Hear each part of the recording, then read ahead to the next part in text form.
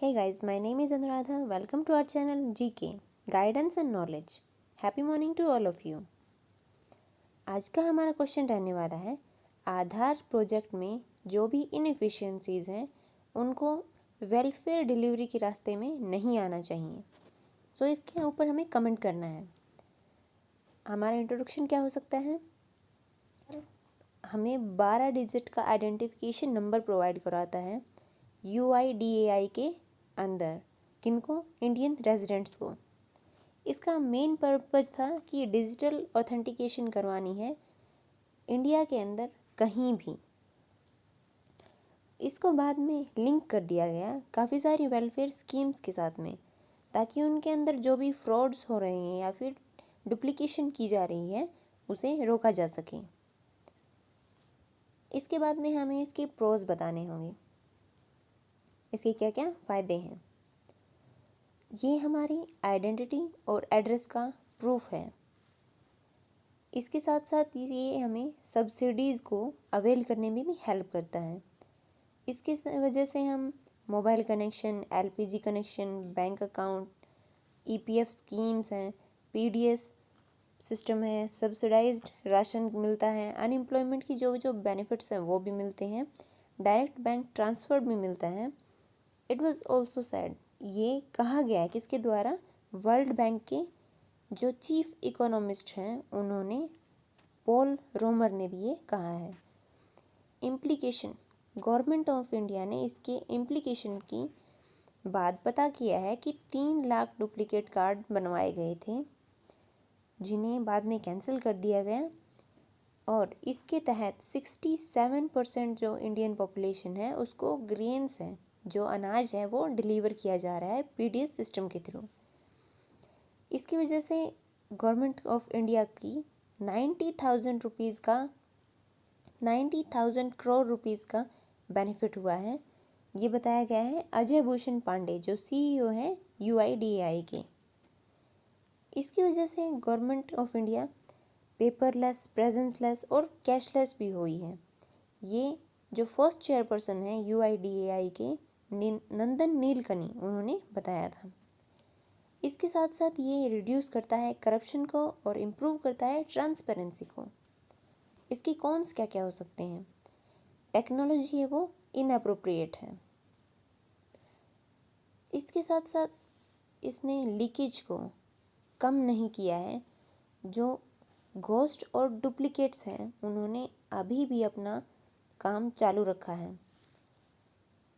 इसके अंदर बहुत सारी एरर्स आती हैं, जैसे कि मिसमैच हो जाता है फ़ोटोज़ के साथ, नेम के साथ, नंबर के साथ, एड्रेस के साथ।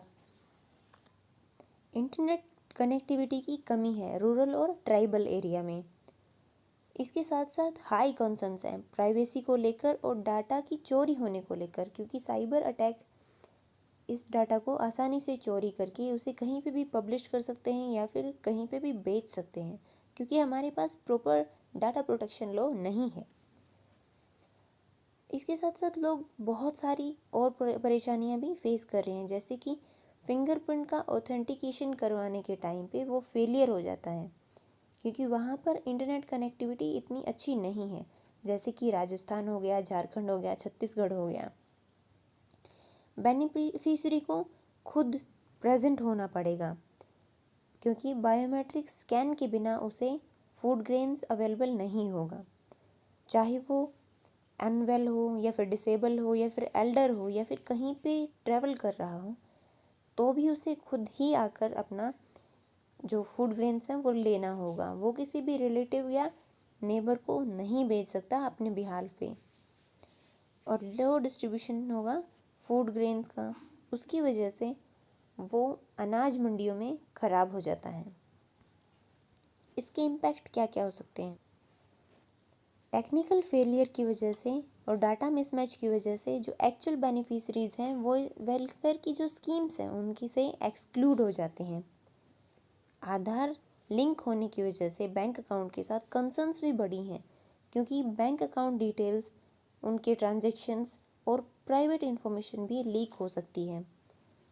अगर किसी के का आधार लिंक नहीं है उसके बैंक अकाउंट के साथ, तो वो काफ़ी सारी स्कीम्स का बेनिफिट नहीं उठा सकता, जैसे कि DBT, direct bank transfer, MNREGA की वेजेस, एलपीजी की सब्सिडीज़। फार्मर्स भी सफ़र कर सकते हैं क्योंकि वो एमएसपी नहीं पाएंगे और साथ ही साथ सब्सिडीज़ भी नहीं मिलेगी उनको खाद और बीज के ऊपर। एक्सक्लूजन की वजह से मौत भी हो सकती है। हमने देखा कि झारखंड में 3 करोड़ राशन कार्ड को कैंसिल कर दिया था क्योंकि उनके साथ आधार लिंक नहीं था। वहाँ पे काफ़ी सारे लोगों की डेथ हुई। एक लेडी ने अपनी बेटी के डेथ की वजह से पिटीशन भी दायर की थी हाई कोर्ट के अंदर। लो इम्पोर्टेंस मिलती है बाकी के जितने भी डॉक्यूमेंट्स हैं अगर उनके अंदर आधार लिंक नहीं होता, जैसे कि बीपीएल कार्ड है, राशन कार्ड है और वोटर आईडी कार्ड है। 10% इंडियंस ऐसे हैं जिनके पास आधार कार्ड नहीं है, वो डायरेक्टली बेनिफिट नहीं ले पाते हैं वेलफेयर स्कीम्स की जिनके अंदर आधार कार्ड रिक्वायर्ड होता है। प्राइवेट डाटा वल्नरेबल हो जाता है लो की कमी के कारण। अगर कोई व्यक्ति डिसेबल है वो आधार कार्ड नहीं बनवा पाता है क्योंकि हो सकता है कि किसी के हाथ ना हो, किसी की आंखें ना हो, किसी की उंगलियां ना हो, तो वो डिस्क्रिमिनेटेड फील करता है। वे फॉरवर्ड क्या हो सकता है? गवर्नमेंट को एक स्ट्रॉन्ग डाटा प्रोटेक्शन लॉ को लेकर आना चाहिए।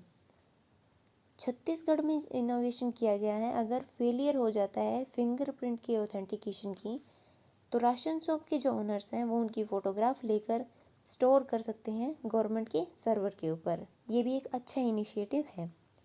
हम आधार ऑथेंटिकेशन के ट्रांजैक्शन को 5 या 6 ट्रांजैक्शन होने के बाद में भी चेक कर सकते हैं। ये भी इम्प्लीमेंट किया जा सकता है। टेक्नोलॉजी रिजेक्ट कर सकती है, टेक्निकल एरर हो सकती है क्योंकि अगर 5% डाटा मिसमैच होता है तो उसे टेक्निकली रिजेक्टेड माना जाता है। उस व्यक्ति को फूड ग्रेन्स या फिर अदर स्कीम्स के अंदर पार्टिसिपेट करने की इजाज़त नहीं होती है। हम इम्प्लीमेंट कर सकते हैं आंध्र प्रदेश के मॉडल को। उन्होंने इम्प्लीमेंट किया है फ्यूजन फिंगर टेक्नोलॉजी को। इसके अंदर क्या होता है, अगर डाटा 50% या उससे ज़्यादा मैच कर जाता है तो उसे करेक्ट मैच माना जाता है और साथ ही साथ उसे फूड ग्रेन्स या फिर अदर बेनिफिट्स प्रोवाइड करवा दिए जाते हैं। इससे हो सकता है कि कुछ एक्सटेंट तक फ्रॉड भी बढ़े, लेकिन और हम कुछ राशन को खो भी दें, लेकिन किसी की ज़िंदगी से ज़्यादा ज़रूरी राशन नहीं हो सकता है। हम फ्रेंडली फैमिलीज़ के कॉन्सेप्ट को भी इम्प्लीमेंट कर सकते हैं। इसके अंदर नेबर्स या रिलेटिव्स को एक ही जगह पे ऐड किया जा सकता है और उनके बिहाफ पे दूसरा व्यक्ति उनका फूड ग्रेन्स लेकर आ सकता है। जैसे कि हम इसके थ्रू काफ़ी सारे एल्डर्स को, अनवेल पर्सन को, डिसेबल पर्सन को और वे व्यक्ति जो जा नहीं सकते कहीं पे, लाइक किसी का हिप ऑपरेशन हो रखा हो वो नहीं जा सकता, कोई काफ़ी ज़्यादा बीमार हो, सिंगल पर्सन हो घर पे, वो भी नहीं जा सकता, तो उसके बिहाफ पे कोई और लेकर आ सकता है। हम प्रोमोट भी कर सकते हैं चिप्स के विज़न को। इसके अंदर 5 डाटाबेस को एक सिंगल रिकॉर्ड सीट में शामिल किया जा सकता है, जैसे कि पीडीएस हो गया, मनरेगा हो गया, सोशल इकोनॉमिक कास्ट सेंसस हो गया, रेजिडेंट का डाटा हब जो कि यूआईडीएआई के अंदर होता है। इन सब को एक जगह पे मर्ज करके एक ही ऑथेंटिकेशन नंबर दिया जाए और उसे इम्प्लीमेंट किया जाए। ये भी एक अच्छा इनिशिएटिव हो सकता है। मैंने सबसे लास्ट में रखा है क्योंकि सुप्रीम कोर्ट ने 2017 में आधार केस के अंडर सेक्शन 57 को इम्प्लीमेंट करने के लिए कहा था ताकि राइट टू प्राइवेसी को प्रोटेक्ट किया जा सकते हैं। इसके अंदर कहा गया था कि कोई भी प्राइवेट कंपनी अपने कस्टमर को ये नहीं बोल सकती कि वो अपनी सारी डिटेल्स हमें दें या फिर आधार कार्ड नंबर बताएं। लेकिन 2018 में सुप्रीम कोर्ट ने इसे स्ट्रक डाउन कर दिया और इसके बाद केवाईसी का कॉन्सेप्ट पिक्चर में आया था। हमारा कंक्लूजन क्या हो सकता है? हम एक ऐसी कंट्री में रहते हैं जहां 86.8 million people, approximately 6% of Indian population, below poverty line के नीचे रहते हैं। हमारी रैंक 94 है 107 कंट्रीज़ के अंदर, और हम सीरियस हंगर कैटेगरी के अंदर आते हैं ग्लोबल हंगर इंडेक्स में, जहाँ पे बांग्लादेश, पाकिस्तान, श्रीलंका ये हमसे काफ़ी अच्छी पोजीशन पे हैं। और ब्लूमबर्ग के मुताबिक 2020 में कोविड-19 पैंडेमिक से इतने लोग नहीं मरे जितने कि हंगर की वजह से मर गए। और हमारी लिटरेसी रेट 77.7% है, जो कि अनाउंस की गई थी इंटरनेशनल लिटरेसी डे के ऊपर। इसके साथ हम ये भी जानते हैं कि हमारे लिटरेसी मेजरमेंट के जो स्टैंडर्ड्स हैं वो बहुत ही ज़्यादा पुअर हैं।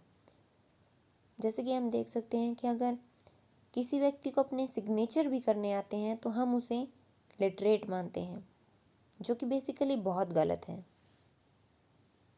हम कह सकते हैं कि आधार एक अच्छा इनिशिएटिव है अगर इसे प्रॉपर डाटा प्रोटेक्शन लॉ के साथ इम्प्लीमेंट किया जाए तो, लेकिन उससे पहले हमें हमारे सस्टेनेबल डेवलपमेंट गोल को पूरा करना होगा और इम्प्रूव करनी होगी हमारी कंट्री की कंडीशंस, और साथ ही साथ टेक्नोलॉजी को भी इम्प्रूव करना होगा, इंटरनेट को भी इम्प्रूव करना होगा, और ट्रांसपेरेंट बनानी होगी हमारी पॉलिसीज़, और इम्प्लीमेंटेशन भी अच्छा करना होगा ताकि हम वेलफेयर की डिलीवरी अच्छे से कर पाएँ, वीकर सेक्शन को प्रॉफिट दे पाएँ,